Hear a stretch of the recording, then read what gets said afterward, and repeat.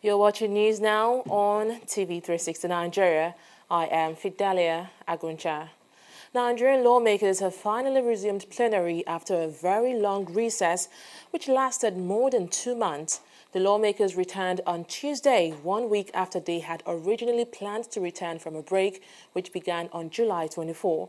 Tuesday's plenary began with a closed-door session before ending with a debate on President Muhammadu Buhari's reason for rejecting some bills. Oyin Adekunle has that story. After a 10-week recess, Nigerian senators finally returned to the chambers of the National Assembly to resume plenary. First, the lawmakers exchanged pleasantries with one another before getting down to the business of the day. The plenary officially begins after Senate President Bukola Saraki, escorted by National Assembly officials, makes his way to his seat. Saraki then leads in the prayers, which is followed by an executive session of the lawmakers behind closed doors. After they resume, Saraki begins by reading an official letter by President Muhammadu Buhari on his reasons for rejecting some bills. Pursuant to Sections 9(2) and 58(4) of the 1999 Constitution of the Federal Republic of Nigeria as amended, I hereby convey to the Senate my decision on the 7th June 2018 to decline assent to the CFRN 1999 4th Alteration Number 20, Bill 2017, as my attention has been drawn by His Lordship, the Chief Justice of Nigeria, to several provisions in this bill that should be amended before granting presidential assent. In this regard, I have directed the Honorable Attorney General of the Federation and Minister of Justice to engage with the leadership of the National Assembly and the Chief Justice of Nigeria to discuss these issues. Please accept, distinguished Senate President, the assurances of my highest constitution. Yours sincerely, Muhammadu Buhari. Senate leader Ahmed Lawan then suggests the setting up of a committee to look into some of the president's reasons. Mr. President, distinguished colleagues, I have listened to the letters that you have read conveying the observations of Mr. President not to sign so many bills. Mr. President, I'm of the opinion that we should take the advantage of these declines. That is to say that we should study all these bills that have been returned to us and understand what are the real issues. And I believe that we'll have something to learn from, just to avoid this kind of thing happening. Because we put in a lot of time, our very limited resources. If at the end of the day, we are not able to get these things properly done, then we need to take proactive action. Therefore, Mr. President and distinguished colleagues, I will suggest a setting up of a technical committee under the chairmanship of the chairman, Business and Rules. We get some few of our loyal senators. Okay, whatever it is, we set up the technical committee to study what happened. Why were those bills not signed? We may see trends, we may see some things that may not even be too serious, but maybe we have not taken too much time to deal with them. I believe that this is going to benefit the Senate. The senators have now adjourned plenary till Wednesday, October 10, for further consideration on other matters. Oyin Adekunle, TV360 Nigeria. The governor of Ogun State, Ibikunle Amosun, has held a closed-door meeting with President Muhammadu Buhari at the presidential villa. The agenda of the meeting, which lasted for 2 hours, was not made public. It is the second time in less than a week the governor will be visiting Aso Rock. Amosun had on Thursday, met separately with President Buhari and Vice President Yemi Osinbajo over political developments in Ogun State. Ajimobi's meeting comes less than 24 hours after the All Progressives Congress APC inaugurated a National Appeal Committee over the recently conducted presidential, governorship and legislative primary elections. The national chairman of the party, Adams Oshiomhole, inaugurated the committee, which is headed by former governor of Edo State, Osarami Osunbo. Oshiomhole has charged the committee to give fair hearing to all aggrieved members and look for a way of reconciling differences within the party. Your job is just to look through the facts and make decisions on the basis of what is fair, what is just, and what is transparent, having a guide to the rules of our party and the rule of our party and the constitution of our party and the Electoral Act. So we have carefully selected the committee. The petitions, there are quite a lot, and I imagine you are going to be very, very busy. So I would like you to go through them, where you need to call witness. We ourselves now, we are going to look at, identify the petitioners, make sure they are available to speak to their petition, and then the people they are petitioning against, we also have them available, because fair hearing means that you hear from both sides. And God helping us, we'll be able to navigate through the process and do what is right in the eye of all our stakeholders and keen observers. Between now and tomorrow, this process has to be completed. We must begin to fill the forms and send them to the people. In a sense, I'm not completely surprised about the number of petitions, because when our party had no, as opposition, it was easy. But as a ruling party, our values in the political stock market has improved. And so more and more people want to contest election on our platform, which we appreciate very much. We have reached a very critical point. This assignment that you have called on us to carry out is also very important in the process. We are fully conscious of the enormity of the responsibility that you have entrusted on us, and we will do our best not to disappoint you and to be able to satisfy ourselves that will justify the confidence that you have reposed in us. Meanwhile, some aggrieved aspirants have been protesting at the national headquarters of the APC. They're accusing party leaders in their various states of imposing candidates on the people and refusing to grant a fair election. The losing candidates want the national leadership of the party to attend to their demands. Well, it's very, very simple. There was no primary election conducted, especially in my zone, in my ward, Ogo South constituency, Enugu State. There was no primary election. It was just a selection. And it's very, very painful that being the man and the will of the people, that they have to choose somebody out of nowhere who is not the popular candidate, who is not the representation of the people, to come and take the ticket. It's very painful and it's unparty-like. That's why we are here. They must nullify those selections and put the will of the people, the representation of the people, that is me. They should nullify it and come back to the people and see the evidences we have. See the evidences we have of what the people want. You cannot come and choose a candidate from nowhere and add there. After spending my hard-earned money and making sure that I speak to the people that I'm representing, building my confidence, building their confidence in me from the bottom, to the top of where it is, and then they choose somebody out of nowhere. That's very wrong, and the people are protesting. I believe and I hope that with this protest, that the party at the national level, they are actually going to come to our aid, because we are consensus, we are the mind of the people. Yes. So I believe that they wouldn't let us down, because we are the grassroots. When you talk about grassroots, we are the grassroots. Meanwhile, the Independent National Electoral Commission, INEC, is insisting on its deadline for candidate list submission and their personal particulars, warning that the time would not be extended. INEC Chairman Mahmoud Yakubu disclosed this at the opening ceremony of INEC Commonwealth Professional Training Workshop in Abuja. Yakubu says the submission of the list of candidates begins Wednesday, October 10, with the presidential and National Assembly candidates. The end of primaries does not mean the immediate commencement of campaigns.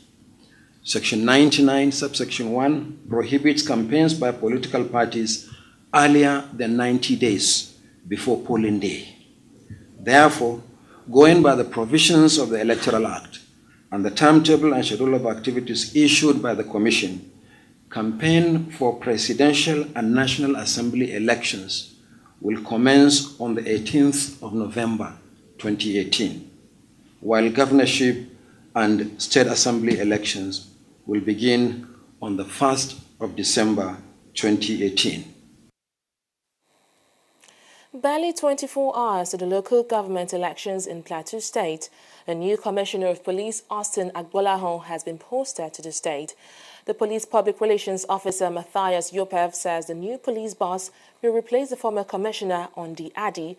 Agbolahon had served in different places and various capacities in the Nigeria Police Force. He had previously served as the Director of Courses, Nigeria Police Academy in Kano State, and Commissioner of Police for Niger State, among others.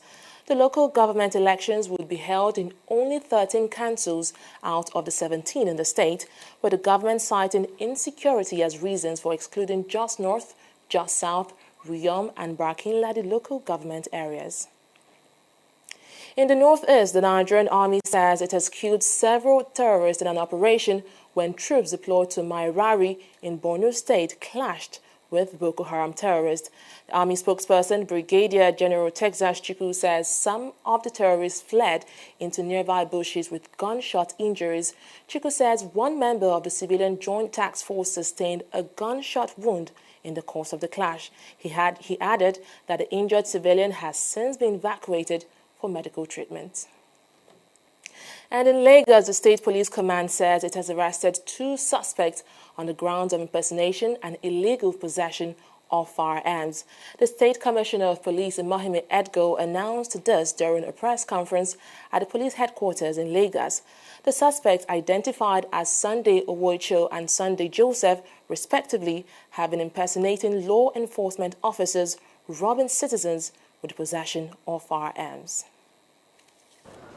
On 28/9/2018, the operatives of this command, charged with the responsibility of recovering illegal prohibited firearms as directed by the Inspector General of Police, Ibrahim Idris, MPM, MNI, arrested one Sunday Owoicho, 42 years old, with one K2 automatic rifle and 26 rounds of live ammunition. The suspect, during interrogation, revealed that he has been impersonating as a law enforcement officer at various times and has been using that particular means to rob innocent citizens of their possession. Investigation is ongoing to unearth his gang members and those who are aiding and abetting him in the crime world.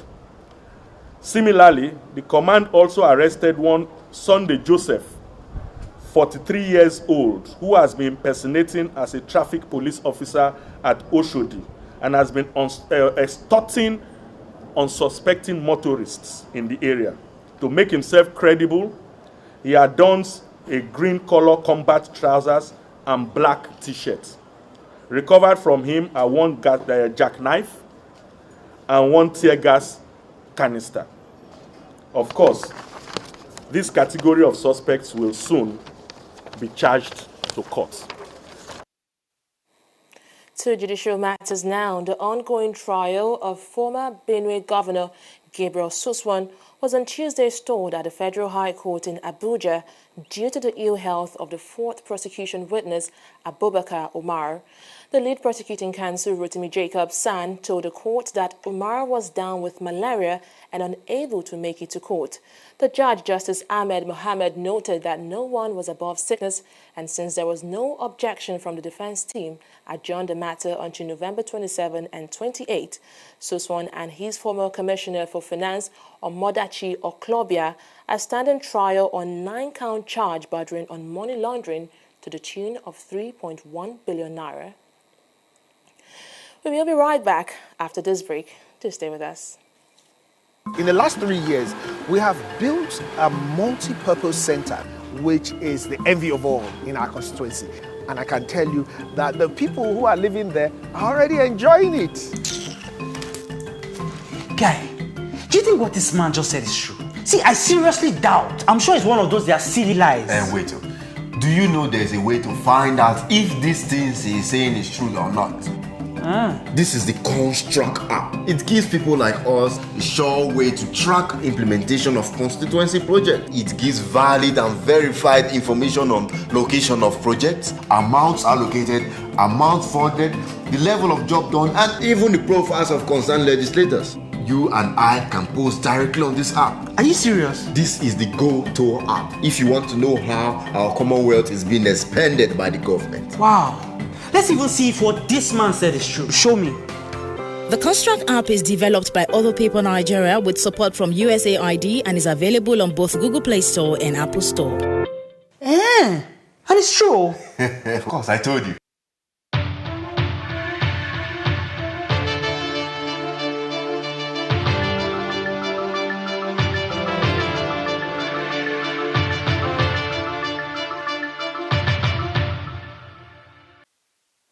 Welcome back.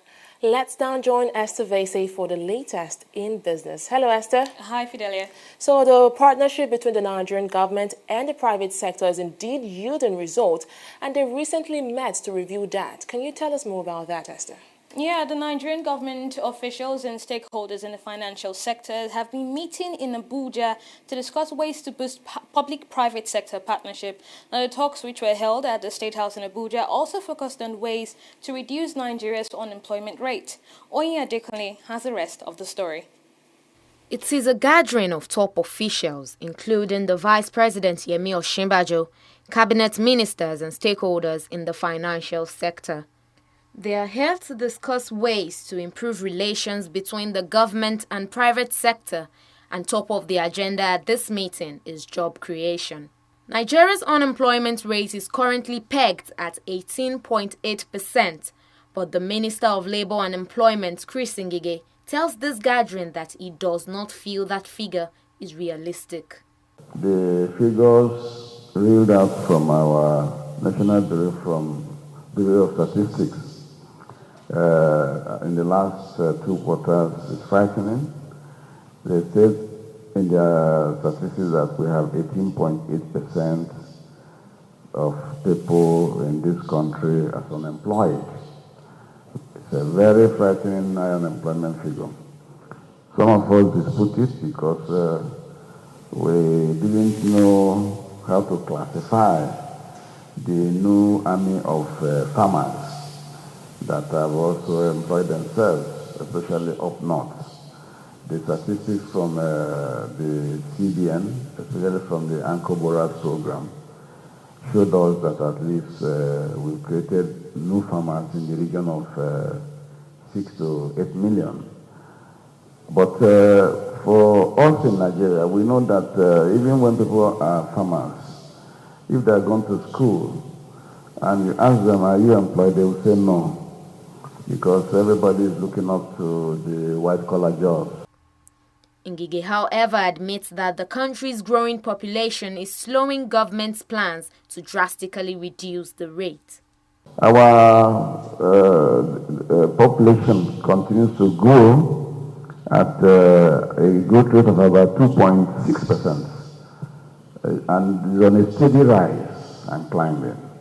And that also makes nonsense of all the plannings we intend to do. So we also have to look at our demographic figures no matter how we do it. In his own address, Vice President Oshibajo highlights one sector he feels can solve Nigeria's unemployment problem. I must say that technology offers for us perhaps the greatest opportunity for jobs for young people. Government has supported already several technology hubs across the country. Just last week I was at the Genesis Hub in Enugu State, and on Thursday I was at the CAD Hub in Kaduna State. And in each of these hubs, several new businesses are incubated, several go live every day. Fintech companies are growing every day. In fact, our very robust Empower portal, where we engaged all of our 500,000 graduates and where we do a lot of our schemes, including payment, etc., was built by a Nigerian software company. All the enumeration and payment for the over 2 million and growing trader money beneficiaries are done by local tech or tech-based companies. So there is a great deal of activity in technology for young people, a great deal of opportunity, and they are rising to the occasion. Everywhere I go, we have several things we're doing around technology. We're doing university challenges. I've been in Bayero, I've been in the University of Lagos. We're going to Nnamdi Azikiwe very shortly. Every one of those universities, the children, the young men and women there are actually so engaged with technology. Oshibajo also admits that government can do more to assist the private sector. Important also that we commit to constituting sector skills councils and encourage the development of these councils for various sectors, especially in the sectors we've already identified as being priority for job creation.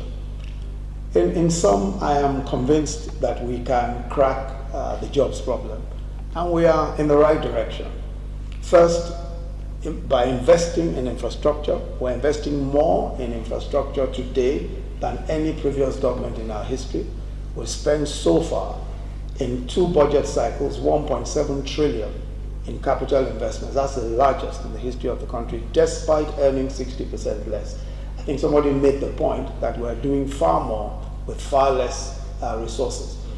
And we're also looking at solving the power problem. Now, this is a major problem. It's been identified very eloquently already by Yalode. I think it's very clear that we need to deal with the power problem. And we're looking at how to review the existing structure, how to review some of what happened with the previous privatization, and how to enhance the capacity of those who are doing that business to do better and introduce fresh money into fresh investments also into that sector. Unemployment has always been a major problem in Nigeria.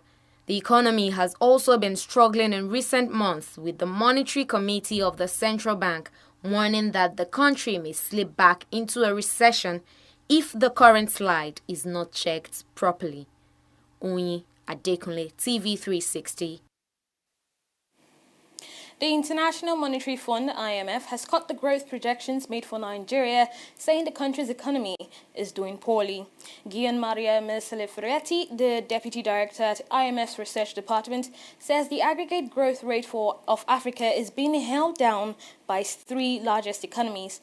The IMF economists identify the 3 economies as Nigeria, South Africa, and Angola. His comments continue a series of gloomy predictions for Nigeria's economy. And the World Economic Outlook report released in July, the Bretton Woods Institution had projected that Nigeria's economy would grow by 2.1% in 2018 and 2.3% in 2019.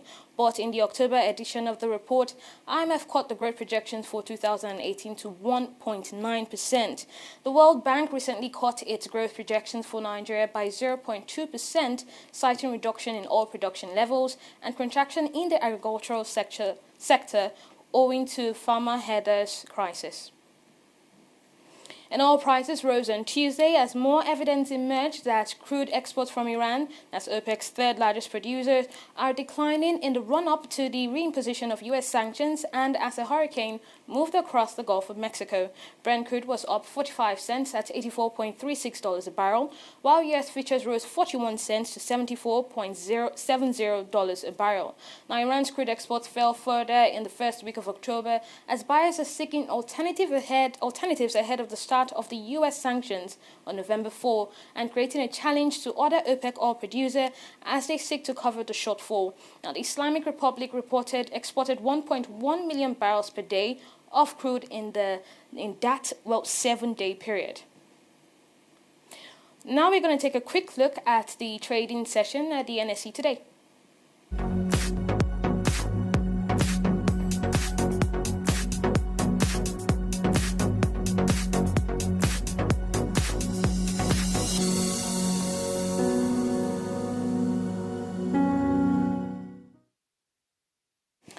Well, having closed yesterday's trading session, in the greens, the bears returned to the market. As you can see today, it closed with a 0.08% decline in the all-share index and the market capitalization over 11 trillion naira. On our gainers chart, we have Nestle, Okumu Oil, CAP, and Cadbury Nigeria PLC, all in the greens for today's session. On our losers chart, we have Unilever Nigeria PLC, International Breweries, Nigerian Breweries, and NFFM, all closing in the red. What's interesting about this is the Nigerian Breweries was in the greens yesterday, but today they closed in the reds. That's the only peculiar thing about this chart here. But on our top traders, we have Royal X, and the remaining three from the banking sector, that's FCMB, Guarantee Trust Bank, and Fidelity Bank, closing with over more than half of the total amount of shares turned in, total worth of shares turned in today's trading session. We have a volume at over 300 million shares traded, a value at just over 1 billion, and at deals at 2,832. Well, we're going to take a quick look at the global stock market, and here we have FTSE in the green, Dow Jones in the reds, and Nikkei here in the reds. Yesterday they were all in the reds, but today FTSE seems to be the only stock market coming up in the greens, and that's all I have for you, Fidelia. Well, thank you so much, Esther. It's quite sad that the NSE is going back, losing all the gains recorded yesterday. And also looking at the IMF prediction on Nigeria's economy, that's quite sad, with the Nigerian government saying that we have made, improvement in the economy, and they saying that we just might not make that much improvement. Oh, that's quite sad. Well, moving on. Thank you, Esther, for that. Actually, moving on. 8 people have died in a suicide bomb attack in Afghanistan. More details on that and much more after this break.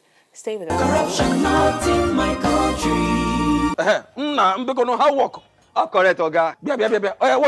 What is it that you are doing? Oga, they come out the part now. Make we go sell for. Oga, na correct kuzabi this so. Oga Titus and him boys them. They do am.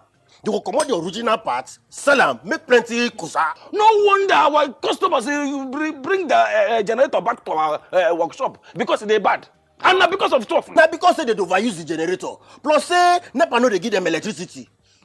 Before I open my eye, Makachuku look at my talk in the heaven. Replace this original generator parts back inside this generator of my customer. In short, before we do am, frog jump. One. Frog jump. 1, 2, 1. Stealing of generator parts or changing of original parts to a fake one. That is the corruption.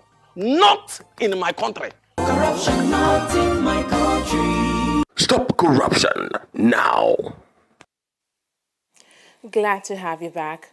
A suicide bomber has struck an election meeting in Afghanistan's Helmand province, killing at least 8 people, including a candidate for the upcoming parliamentary elections, a provincial official has said.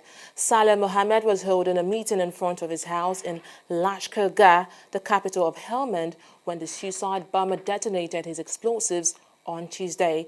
The head of the Southern Helmand Provincial Council, Atahullah Afghan, says the blast also killed several of Mohammed's bodyguards. This is the second suicide attack targeting a parliamentary candidate since campaigning officially kicked off on September 28 for the parliamentary elections scheduled for October 20.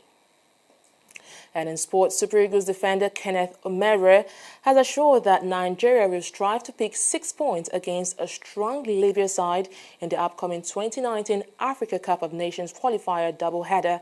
Kenneth Raw's men played the first of the 2 crucial encounters at the Godswill Akpabio International Stadium in Uyo on Saturday, with the reverse fixture coming 2 days later in Libya's newly adopted home, Algeria.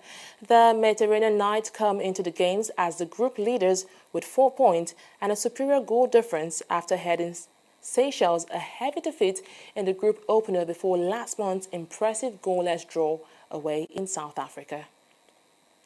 Jose Mourinho is facing a Football Association investigation over comment he allegedly made on the touchline following Manchester United's dramatic 3-2 comeback win over Newcastle.